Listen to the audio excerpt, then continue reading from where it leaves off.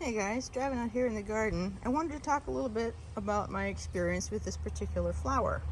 This is Calendula, and I actually planted it last year, so everything that came up this year was all volunteers from a self-seeding last year.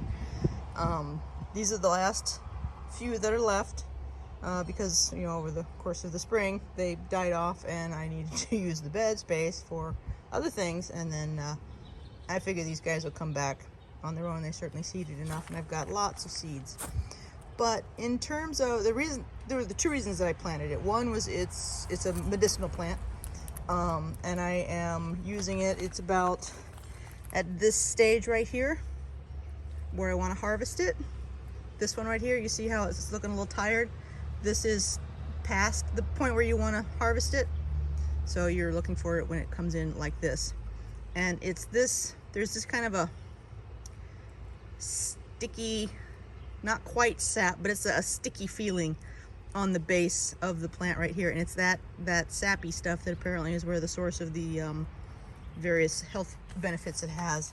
It's not ingestible. I mean, I imagine it's not toxic. I haven't read anything about that, but I've used the petals here. So this guy, I can use these petals in salads, and they're actually quite tasty.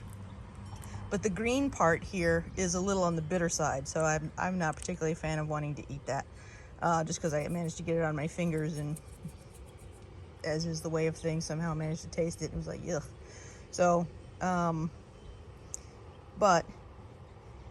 I'm putting it in almond oil, and then going to turn that into a tallow-based salve for skin rashes and just general skin health. So that's where apparently it shines, is in that region. But the primary reason that I planted it, its medicinal properties, was a side benefit. The primary reason I wanted it was because it was supposed to attract pollinators. And I was imagining, typical honeybees. And considering the number that I had this year and what I'm looking at, I did not see a lot of honeybee action. They're definitely attracting pollinators, but not honeybees. And what I did notice is that the bee that I was able to see, which you can see right here, come on, can you focus there? You see the little pollen all over its legs? This is a very small little creature. He's too small for me to actually identify what it is, but he's obviously a pollinator, so yay, it is doing its job as a pollinator. But it's not attracting the honeybees. Like, for some reason, my brain goes pollinator equals honeybee, and that's not true. And I did notice at least one bee in particular that really liked these flowers, and that was the native mason bee. And they are a stingless bee that it's called a mason bee because it burrows into things, especially wood, or it looks for little holes, and then it will go crawl into the little hole. I'm sure you've seen the bee houses that are out there. Those are for mason bees. And so I've been ordering mason bees. I think last year I ordered one batch, and a bunch of bees hatched out, but I never really saw them anywhere. And so this year I saw a mason bee on this particular plant, and so good, it liked that. So that's been my experience of it as a pollinator. So it's not honeybees that it attracts, but different kinds of pollinating insects. And that guy is very industrious. But again, I have no idea what kind of little critter he is, but you go, little pollinator, you go. So anyway, that's been my experience with Calendula. It grows really easily. I love that about it. It does get big. It got a lot bigger than I was expecting. I mean, you can see this is about almost hip height. And I'm 5'8", so that'd probably be about, I don't know, 2.5 feet tall, something like that, 3 feet tall, I don't know. But yeah, so it does get much bigger than I expected. It does get, let's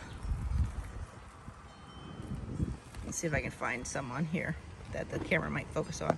But it does get powdery mildew, which was a surprise. This year I had powdery mildew on it.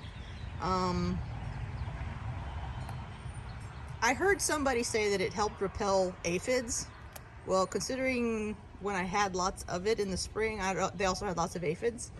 And they don't now, but they did then, so I'm not sure I buy the aphid repellent, because they were certainly aphid covered earlier in the spring. But there was also no other plants really available for the aphids at that point in time, so maybe that was a desperation dinner. I don't know, because they're not on it now. And it's not, I don't spray with anything really, so it's not like I did anything to get rid of them. They just found something else and went away. So anyway, but yeah, that's been my experience with Calendula. I do like it. It's very pretty. This guy has been growing since about February, and so I just keep coming out and plucking them, like this guy. I'm not going to harvest that one, so I just toss it into the bed, and you can see all the other flowers that are there, and it just keeps producing more flowers, which is great. So it just keeps going and going. It's like a little Energizer bunny of flowers. So great. So anyway, that's been my experience with Calendula. I'm still on the hunt for pollinators or flowers that bring beauty to my garden, as well as more pollinators. So that was experiment with Calendula. So yeah, y'all have fun in your gardens.